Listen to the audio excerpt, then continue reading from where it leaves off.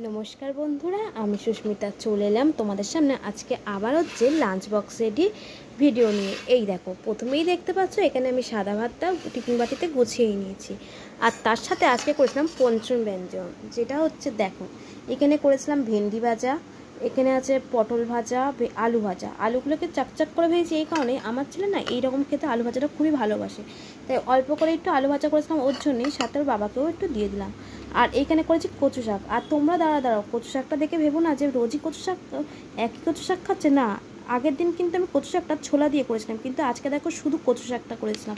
দেখো আজকে এমনি সিম্পল করেছিলাম, এতে কিছু না শুধু তেজপাতা শুকনো লঙ্কা ফোড়ন দিয়ে করেছিলাম। কচু শাকটা তাই একটু অন্যরকম হয়েছে, যেহেতু সেদিনকে ছোলা দিয়েছিলাম টেস্টটা আলাদা, আজকে টেস্টটা আলাদা।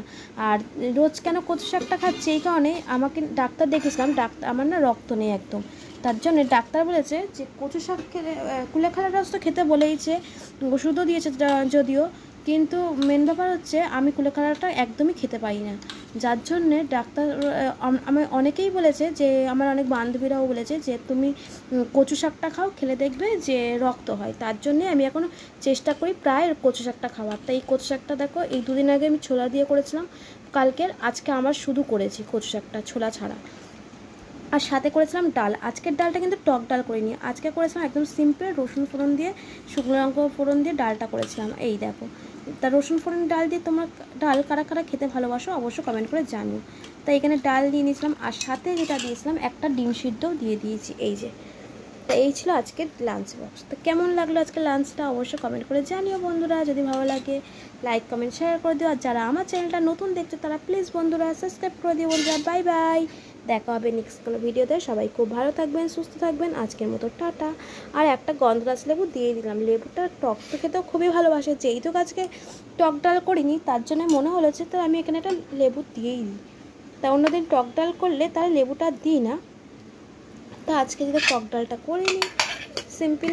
রোজ রোজ টক ডাল খেতে আর ইচ্ছাও করছে না, প্রায় প্রতিদিনই শুধু টক ডাল করছি কবে থেকে, যখন আম উঠেছিল আম ডাল। মাঝে মাঝে একটু চেঞ্জ করাও ভালো, তাই না? তোমরা একটু কমেন্ট করে জানিও তো। তো এখন লাঞ্চ বক্সটা রেডি হয়ে গেছে ফাইনালি। তো কেমন হলো আজকে লাঞ্চটা অবশ্যই তোমরা কিন্তু কমেন্ট করে জানিও বন্ধুরা। আর তোমরা আমার ভিডিও কে কোথা থেকে দেখছো এটাও কিন্তু অবশ্যই কমেন্ট করে জানিও। আর তোমরা কারা কারা কচু শাক খেতে পছন্দ করো অবশ্যই কমেন্ট করে জানিও। জানো তো কুলেখাড়া রস খাবার থেকে আমার বেস্ট কিন্তু এই কচু শাক। আমাকে অনেকেই বলেছে, আমার একটা বিশেষ করে বান্ধবী বলেছে তুমি কচু শাক খাও দেখবে ঠিক রক্ত হবে। আর আসলে কুলেখাড়াটা যেটা আমি খেতে পারি না, কুলেখাড়াটাও বলেছিল ওটা সত্যি আমি একদমই খেতে পারি না, যার জন্যে মানে এত বিচ্ছিরি গন্ধ বেরোয়, আমি সেই কারণে খেতে পারি না, যার জন্যে আমি এইটাই সাজেস্ট নিয়েছি। আর মোচা খেতেও খুব ভালো, তাই কদিন আগে মোচাও খেয়েছিলাম। তা কেমন লাগলো অবশ্যই কমেন্ট করে জানিও বন্ধুরা। বাই বাই, দেখা হবে নেক্সট কোনো ভিডিওতে। সবাই খুব ভালো থাকবেন, সুস্থ থাকবেন। আজকের মতো টাটা।